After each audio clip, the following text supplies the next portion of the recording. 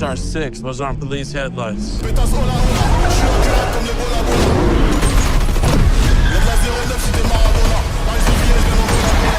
Can you lose him?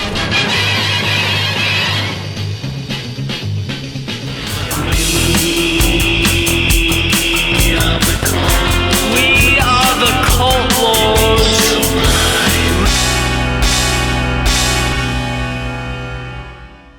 Welcome back in, Cult Lords fans. Here to do another movie review for you. And this is one that we've been waiting for several months now. When we found out that it was coming out. Den of Thieves 2. There you go. We'll be back in 2 and 2, right? Pantera. Pantera, right? Sounds like John Wick. Pantera. Pantera. Vulgar display of violence, right?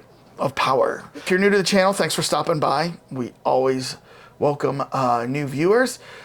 Make sure to hit like. Hit subscribe if you're not subscribed. And then tell us in the comments, did you like this movie, Den of Thieves 2?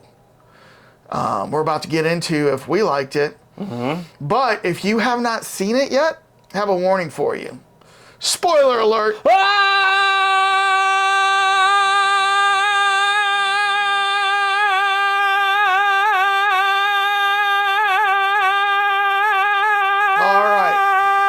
Keep going. Shut up! Shut up! Yeah, I was That was wondering the when you were going to alarm. stop that. So, yeah. Should have went higher, make it more annoying. We're going to... Yeah, like... Dog's upstairs. Like, Jim Carrey and Dumb and Dumber. Yes. Hey, want to hear the most annoying sound in the world? Guys!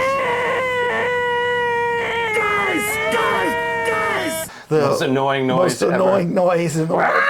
Yeah. So if you have not seen this movie yet and you don't want the spoilers, we would actually encourage you to hit pause, go watch the movie In the theater. at your theater, then come back, watch this review, see if you feel the same way we do. Now, if you're also new to the channel, one thing that we like to do is have a drink when we review. And Dane, what are we drinking this week? We're drinking, because you brought it. We're drinking. He brought it. We're drinking. Larceny. It's a weeded bourbon. Little From theft. I just read the back of this one, John F. E. Fitzgerald, Kentucky Straight Bourbon Whiskey.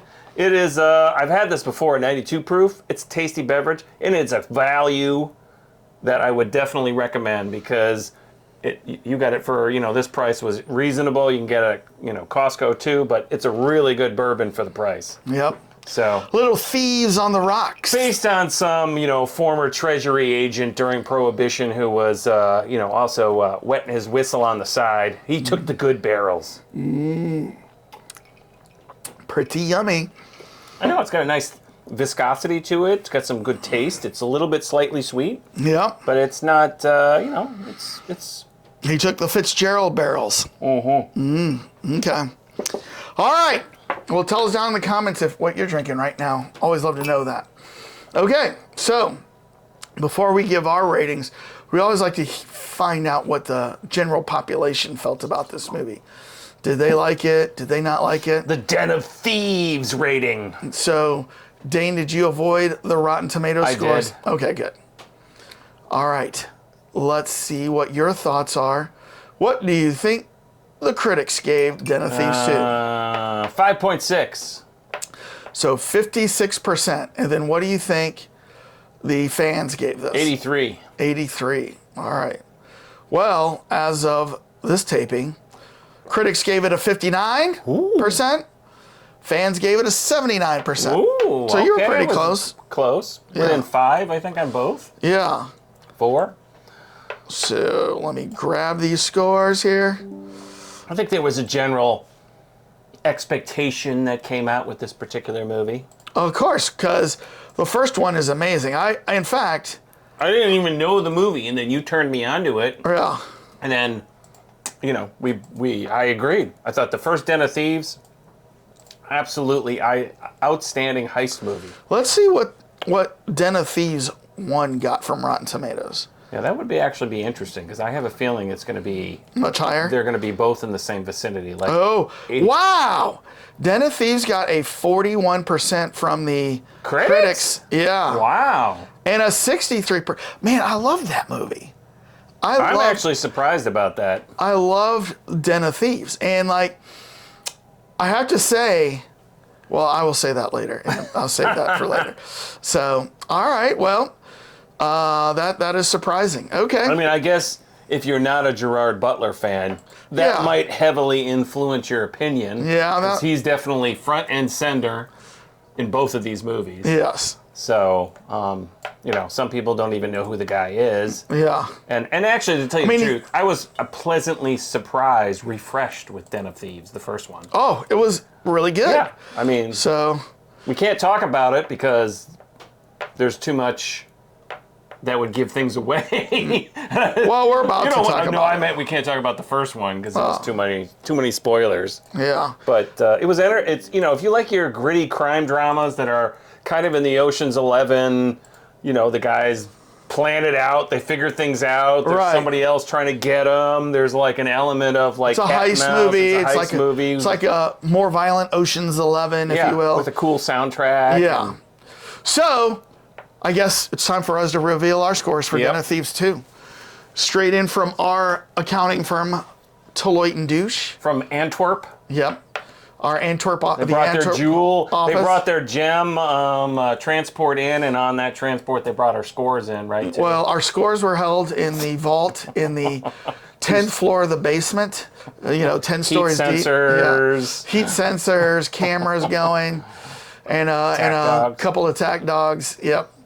That's So- what they missed. Yeah. They didn't have any attack dogs. Yeah, they need that. Yeah. So, Should have just put dogs in but it. they would have just thrown out like a steak. like steaks with tranquilizers in it or Yes, something. that's like that. true. All right, Dane, let's Can't rely reveal on our dogs. scores on the All count right. of 3. 1, 2, 3. Den of Meh. Den of boy. Reaches? Den of 8.2? Reaches. A lot of reaches in this one. A lot of reaches. I was like Den of. Yeah. I liked it, but like for me, Den of Thieves, the one is like a 9-1 or something. You know what I mean? All right. I love Den of Thieves. This was like not up to that level. Yeah, So it had elements, and that's when I was like, yeah. All right, I'm going to turn it this way. So Yeah. So I'm like moving my head up front, Hold as on, you can see. let me take that top You're right off the gonna top. try to boomerang it around us or something like that? Okay. 1, 2, 2, 3. That vault just blew off. Boom! We got money galore. Where's our gold? Oh, we got our got the gold. gold out we got there. the gold. All right. I should have brought some quiche. Yes. All right, Dane. Yes. I found it entertaining, but not near as good as one. Oh, man. There was so many reaches. It was so slow. the beginning. first 2 acts are slow, aren't they? Yes. In it fact- was ridiculous. It was so much setup. You're like, I don't need to know all these details. Right. Just get to it. In fact, I wanted to point out that in Den of Thieves 1, there's shooting going on, like in chases and stuff, going on throughout the whole movie.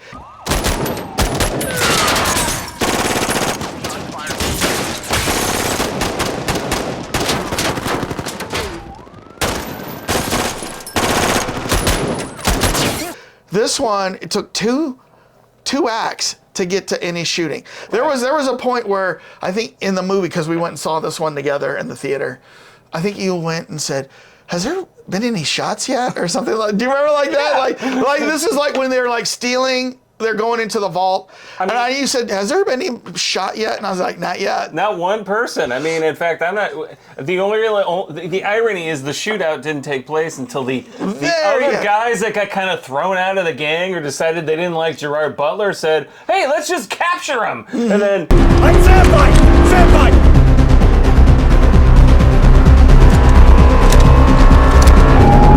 Hey, I'm out.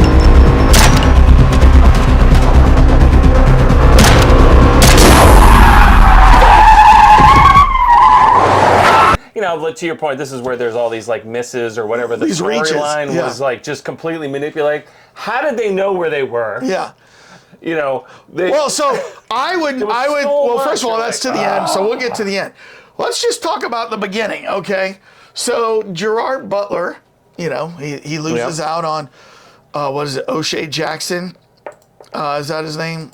And Wilson in this movie. Nick is Gerard Butler. O'Shea Jackson Jr. Okay. Donnie Wilson. Donnie Wilson. Okay, so he missed out on him the first time. That bothers him. I started a hunt. He got over on me. No one gets over on me. He's still looking for him. He gets a beat. And he's at the bottom of his. Right. He's been divorced. Although, did you know they were in Rhode Island at that beginning part? No. I thought they were in California. I thought they were in California. And I was reading that. I'm like, oh, in Rhode Island, Nick goes and busts the thing off. Like, what? I mean, why did he even change the location? It made no sense. Yeah, I thought they were in California. Yeah, I mean, it was like, what? That's where the first Den of Thieves is. And, so yeah, he's gotten divorced. He's got 2 children. He's bottom of the barrel, but they didn't really show enough. But you know what? He gets a lead from one of his guys that, of course, they always have to have like a bad relationship within the force. Which I don't understand, because that guy was in the first movie, he was the guy that they were constantly like making fun of each other, like you smart ass, whatever. So I was like, what? The guy's helping him now? Like, what was the point of that? It didn't make any sense. So he helps him, and there's a lead to Nice, France, where that, there was a big robbery. And Donnie Wilson, he saw him on camera. Yeah, they saw him on camera. Yeah. He goes to Nice, France, which, by the way, this part of the movie was like a postcard advertisement to go to Nice, France. Oh, I know. I was like watching that, and I'm like, bucket list. I got to put that on the bucket list. And let's go buy a Porsche or an Audi after this movie, because those were the other 2. I didn't care so much about the cars. I just wanted to see that scenery. I've been to Nice, so I mean, it's a gorgeous place. I mean, that's the Côte d'Azur of the Riviera. But the thing I thought was, to your point, I felt like the director was trying to show off all his knowledge of details. Like, hey, I'm gonna show you the entire history, like the background, the current situation with the gem industry in the south of France. This is the place for it. But then, and actually, this movie I read was inspired by the Antwerp diamond heist in 2003. So basically, the director, who's the writer, went in, read the book, and said, I'm going to write an entire movie about that, but I'm going to make my guy Wilson be the main guy that stole. It's the biggest diamond heist of all time. Right. And this director and writer, Christian Gudegas, he happens to really love Gerard Butler, because his other movies are Plane with Gerard Butler. Which was a good movie. We both liked it. I hope they make another one for that. And London Has Fallen, which is a good movie. He also did A Man Apart, which had Vin Diesel in it. I did see that. But that's also kind of a gritty, crime thriller. So he likes his crime thrillers. And this Christian Gudegas happens to be the son of soap opera star Eric Braeden.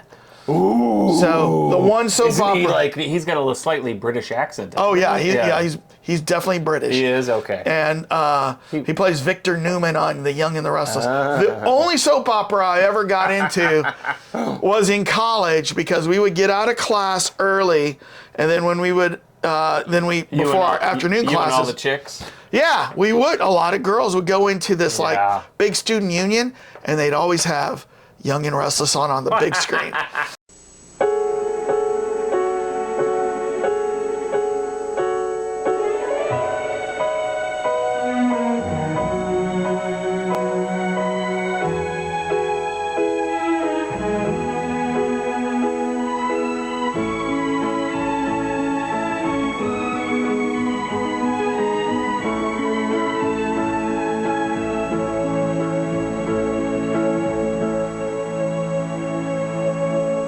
So, one of the first big reaches that happens in this movie is once he finds, Wilson. The fact of how fast he is accepted into this group. Well, there was no background check. How did he figure out where he was? He just shows up at his place and he's like eating all his I'm eating your milkshake. I drink your milkshake. I drink it up! Right. He's eating his dinner. He's finished off the entire. Well, so he went to his counterparts in Nice, and he said something about they had some sort of He had like the international sheriff badge. yeah, but they did have some like leads as far as like something was going on, and he said, "Oh, show me your footage of this Right. place," right? So he finds them. He finds him, but then he doesn't tell him. He doesn't. Well, he doesn't tell him at that point, right? Right. And then he goes. He finds. Yeah.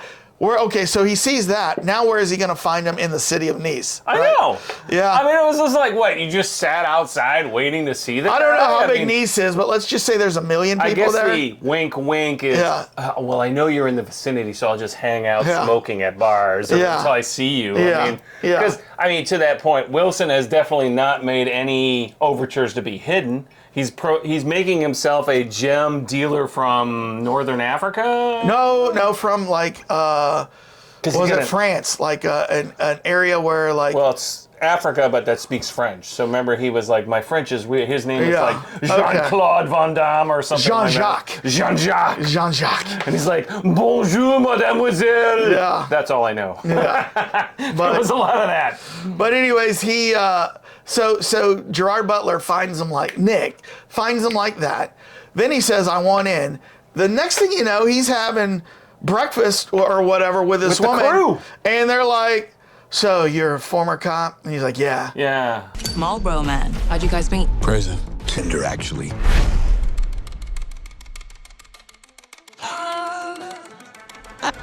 Okay, that's Yeah, that's I good. know. That was just such BS. No phone calls made. They didn't There was more scrutiny for me to get hired as a sales rep at my last company, right? Right. They do a formal background check on you, and they look at your college record. They look at a couple jobs. They call the HR department. Right. Make The sure. criminal world needs like an HR background I check. know. They're like, Wait a no minute. background check on this guy. Yeah. And they all like go along with it at first. And I was like, I mean, Gerard Butler, I guess you could say, is an attractive man, but it's Right. like, really? You're just like, But he's so charming. Well, he can't be a bad guy. At the same time, I thought he is a good-looking guy, but he was acting stupid in this. Yeah. For a lot. I mean, like very He like goes to the club and he's Yeah. like smoking the ecstasy and Yeah. he's doing the shots. He's like, really? You feeling it? Yeah, I'm feeling it. And then the guy's like, yeah, cops don't do drugs. Yeah. So you're going to have to do them. Yeah. And he's like, okay. You know, like, Yeah. I'm going to eat this ecstasy-laced joint. So I'm gonna- because of this is a big plot And point. actually, that was a big point that picked up a little Well, bit. the big point was he has kind of a little one-night connection with the lady who's planning all these, and two of the Cleopatra. ex-mobs are like one was an ex-lover of this woman Yeah, or something like right. that, and then the other guy was his best friend. So they like leave the crew, and they don't tell you that they kick them out. They just say they're not there, Well, they right? they didn't kick him out. They just didn't show up. Yeah, I don't know. Oh, well, remember because when they had a big table with a layout Yeah. of the everything, Yeah. and they're like, "Where's the other guy?" Oh, Yeah. they just didn't show up, or they're not with us anymore, or something like that. Right. I mean, to your point, it was totally throwaway. Like, It's throwaway. really, Like- these guys that are integrated, that know all the plans, and Right. You don't give a crap that they don't know anything, Because- and yet you're the most meticulous plan. Because remember Yeah. when it opened with the airplane Yeah. theft, and I was like, "Oh, well, that's cool." Yeah. They made it work. It was very, very organized and thought out of how they're going to do everything right. and get away. So now they've got, if that's the case, these guys just left. They've got two loose ends out there. Right. And they're not worrying about them. Because then later on you see these guys calling in a buddy with big guns, and like I think I leaned over to you and I go, are those guns for them or for the group, right? Right. I couldn't tell if they were still with the group or not with the group, right? I know. Like- And what I thought was, okay, the setup here is that they're getting prepared. They're going to basically, once these guys steal everything, they're going to rob them, Rob and them grab and away, take- and and they're take- going to be like, oh! Yeah. Well, that was a bit of a twist there. Well, so yeah, but it wasn't very well explained that was going on. Right. So then, I mean, if I was the woman, Right. and Wilson, who's planning the whole thing, because and actually on that particular point, I'm going to go into this a little bit.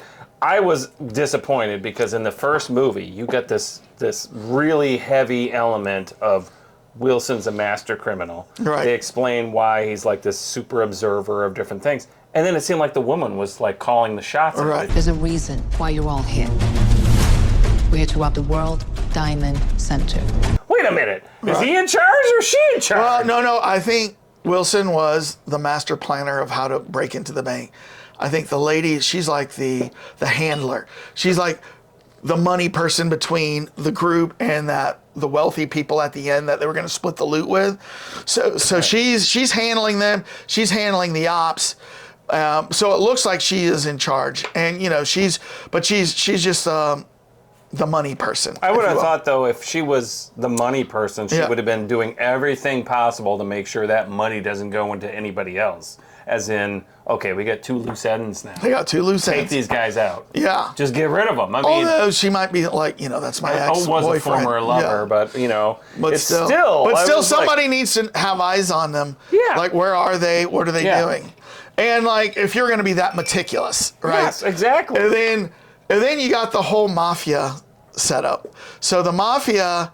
Right. The actual Italian mafia. The Italian. Nostra Nostra. What is it? I don't know. I don't know if that was it. Costa Nostra, aren't they? Isn't that the formal Italian Nostra? I don't know. Nostril? But they were out of Sardinia. Yeah. Rather than Sicily. Actually, I thought that was a kind of an interesting element. That guy, by the way, in 000, great TV series on Amazon Prime, he plays the head of the mafia also.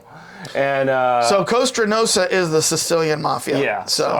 So maybe that's a Sicilian one. So well, they that kind might of be made it open-ended. They didn't state it, but I thought there was a lot of elements that I was like, okay, that's interesting. That mafia is involved. Yeah. And they know what's going on, and it was that red diamond that this guy stole in the very first place from the airplane. Yeah. And they were like, let's get this back. Happens to be the boss's retirement plan. So, And he looks like he's 90. So yeah. I'm not sure where the retirement is coming from. Yeah, he's still in the game. But what I loved was that they just easily picked up who did this, and they pick up, Oshea Jackson, they pick up Gerard Butler, off the street.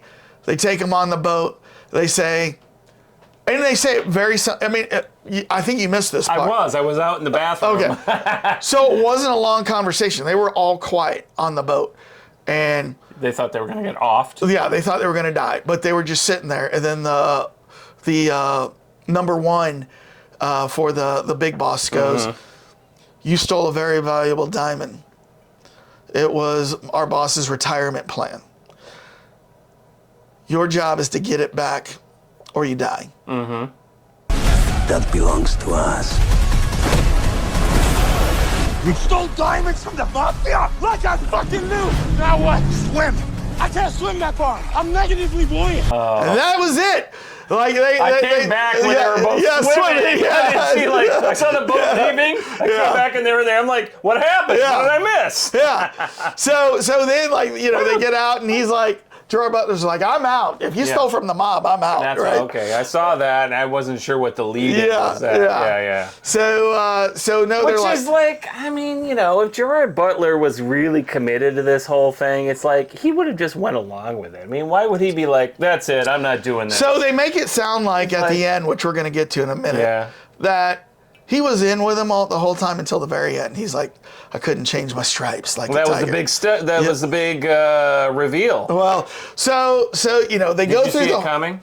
I did. In fact, I turned to you. I know. We both. I turned to you and I said, "Here comes the flip." When he shoots that guy in the chest with the bullet, the guard at the diamond building that they're shoots him twice, and then he goes helps the guy out. I'm like, all right, there's no way he's a bad guy now. He's just like doing this for whatever. I mean, the only trick was like, how is he gonna bring them in all of a sudden to get captured by everybody? And so, well, and then they make it very vague. Remember, he goes to the church and he sees his French counterpart, and then the French counterpart goes, "Good luck with those friends you're hanging with," right? And there's like no talk about okay, and that I'll guy bring also the went guy. through a divorce. Yeah, he also went through a divorce, which I thought was an interesting touch. That it's like, okay, he has an association there, but at that point you're like, what's the point of this? So it'll pay off later. Yeah. You know what? So I thought in Den of Thieves 1, they did a much, much better job of building the characters, because in that one, remember the main bad guy. The main thief was the guy from Halo, right? Yeah. And you actually, Pablo Schreiber, you actually, like, when you would hear his story and what was going on, you, like, kind of felt for him, you know, and, like, why he was struggling to get this money and all this stuff. And you felt like kind of on his side, like, I hope he succeeds. Right. I didn't feel like that with anybody. Right, and so continuing off of that point, the two biggest fails in this particular movie was,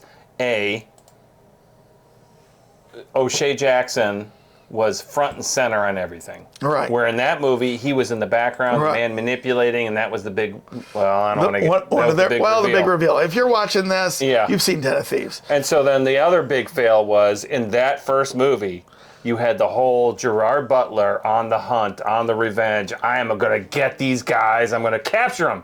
And none of that was happening in this movie. And it was tons of action. It was them. It was them rushing through streets, shooting up at each other through traffic. You know, people are like innocents are like getting their cars like shot into. You know, Sheriff's Department, lady, get in the car.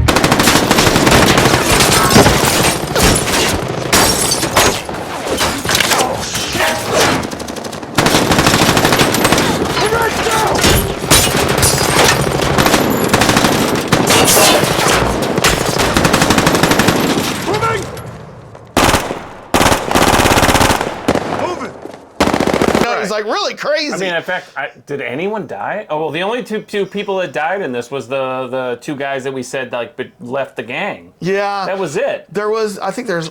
Let me think.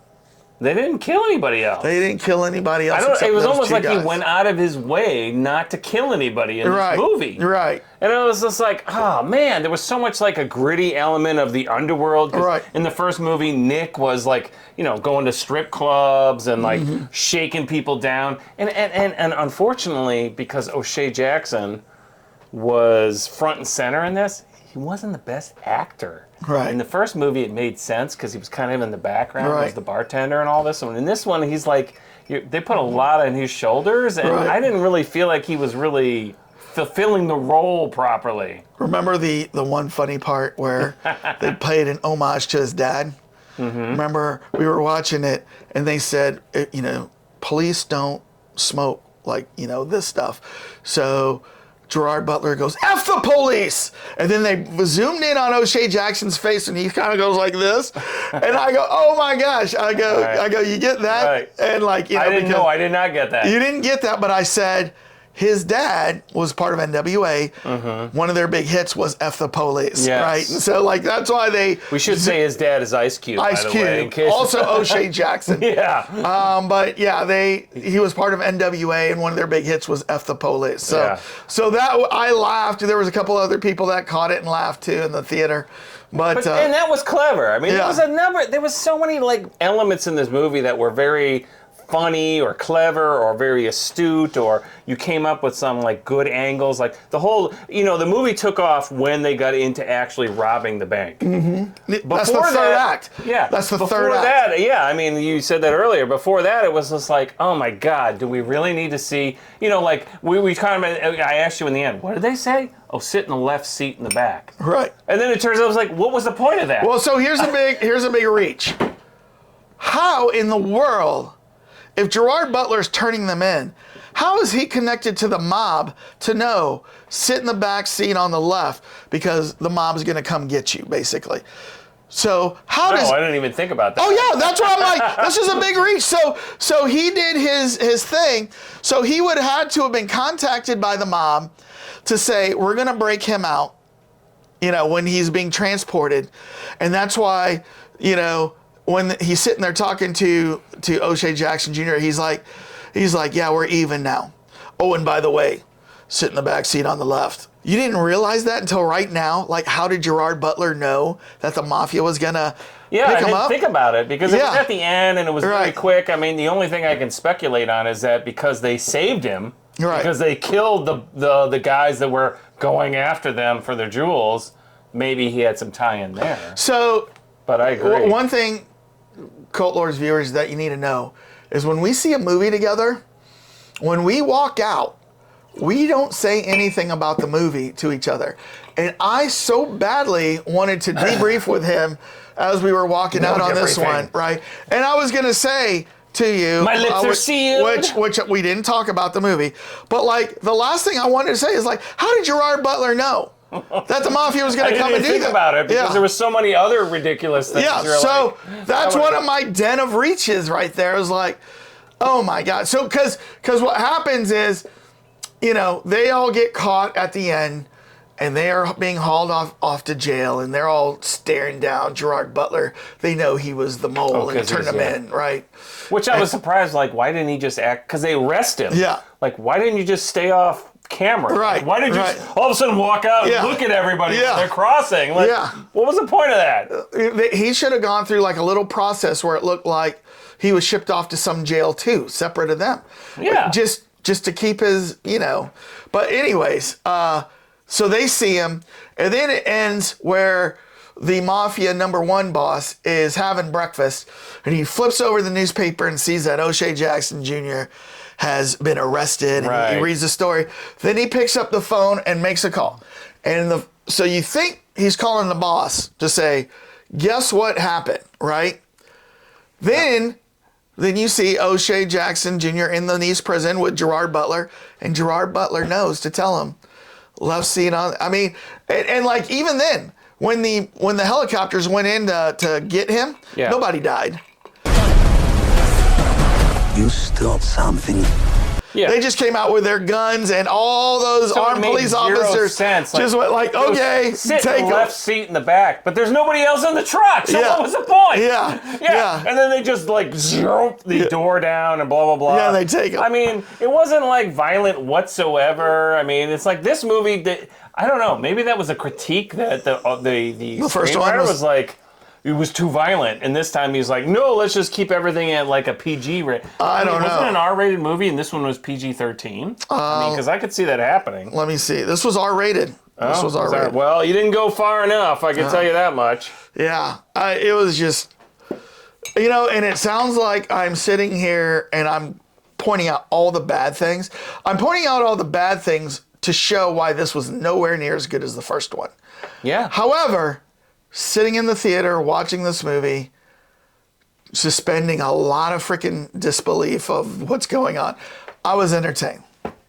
Except for the first two acts. I was entertained by about 1.5 acts of that. I mean, I will say, there was a lot of elements in here like, oh, that's interesting, they did this. You know, I mean, it was like kind of like Ocean's 11, but they didn't make it entertaining enough. There was there needed to be, because like the big beginning with the airplane heist was exciting.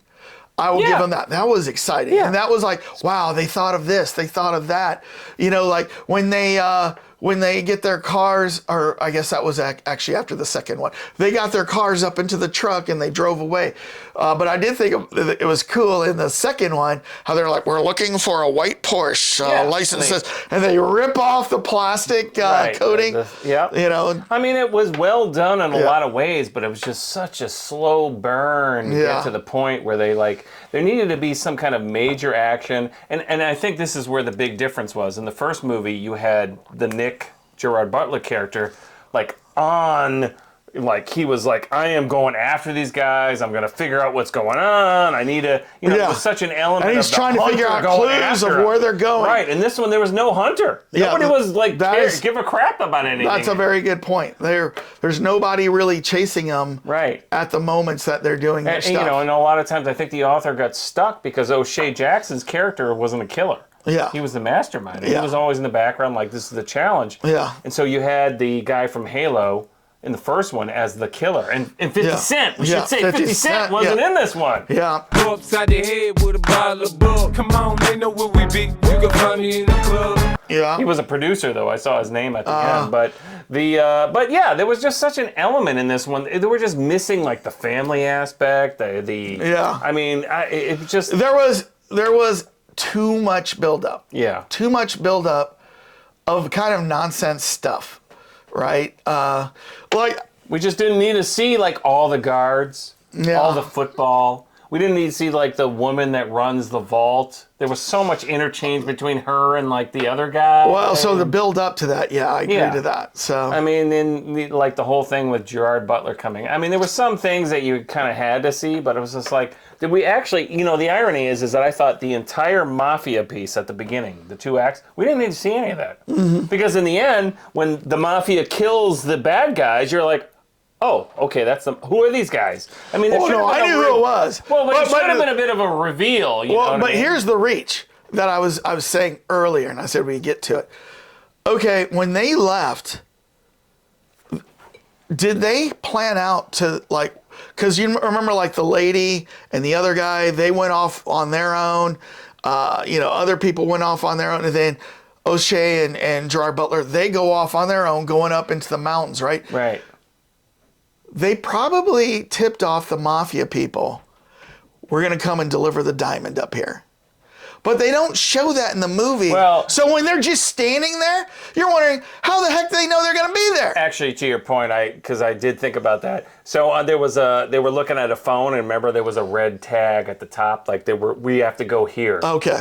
Because I agree with you. It was like, that was way But they don't explain that. That was way too convenient that they're about to be killed. And the mafia just happens to be there on the cliff. Like, wait. Like, wait. How the hell did these guys even know they were there after they've been racing up the countryside? I know. So they just happened to be there. Yeah.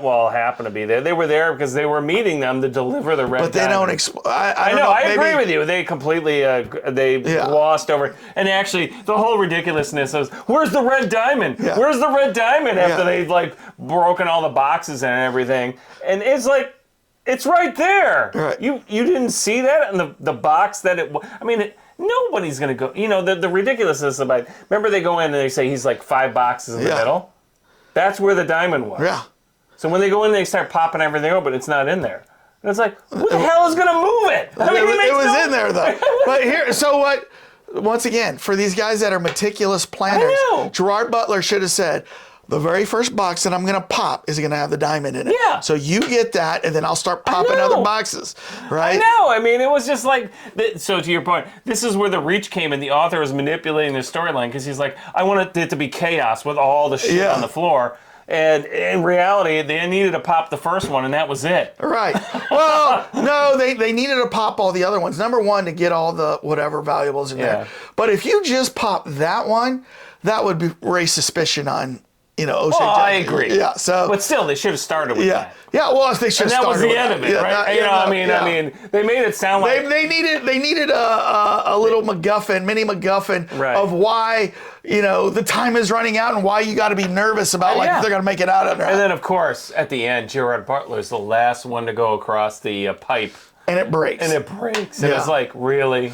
You guys haven't tested the pipe. He ate a little too many croissants. I mean, Sheo Jackson, I was like, he's going to they're all like, like, could you guys maybe lay off on the croissants and the escargot and everything as they're trying to pull themselves up to the elevator? They're all like, I'm so tired. Oh, well. All right. What did you think, Cult Lords fans? What did you think of Den of Thieves 2? What would you rate it? 7.5, 8.2. Yeah. Critics went lower, 59%, 79% for the fans. What did you think? What would you have given this? Did you also think Den of Thieves, the first one, was better than the second one, which we both think? I mean, I can't imagine somebody thinks Den of Thieves 2 is better than the first one. No. But you know what?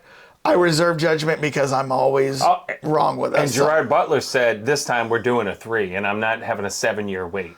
Oh, first of all, they set it up for 3. Yeah. Easy. And they all look at him while he's walking out of the van like, oh, wait, he's right there, and he doesn't have handcuffs on. We're going to have to go get him. Or, Oshea Jackson's like, well, you can Tiger can change his stripes, I guess. I'm going to work for these guys, right? So you just know their paths are going to cross again somehow. And, there's going to be a 3. You just knew it when you walked out of the theater. You know it. But he did state that. And you know what? He's not going to wait this time. We're doing another one. I still haven't seen a Gerard Butler movie that I don't like. But I'm almost predicting that Den of Thieves 3 could be that first one. Really? Yes. I'm like, okay, Den of Thieves 1 was here. Den of Thieves 2 is here. I'm afraid Den of Thieves 3 is going to be like down here. You know Yeah, what I you mean? better make sure 3 goes in the opposite direction. Yeah, because that one's got to be spectacular. 'Cause Yeah. you went this way. We need the loop to go back up. Yeah, so I'm predicting it could be the first Gerard Butler movie. I say that sucked. You know what I mean? Yeah. So, all right. High expectations. Oh, over you know here. what? You still haven't seen Greenland, right? No. Which you I need haven't to see. seen London Hasn't Fallen. You need to watch Greenland because know Greenland. I think in 2025, like later this year, Greenland 2 is coming out. And I heard that and I was excited. So I don't know what that is. All right. It's going to be a U.S. Can we state do a real review soon. right now? It's going to be a U.S. state real soon. That's what I'm hearing. So Yeah, that's true. I heard about that. all right. Well, let us know, Cult Lords fans, after you hit subscribe, like, tell us what you thought down in the comments. Dane, get us out of here.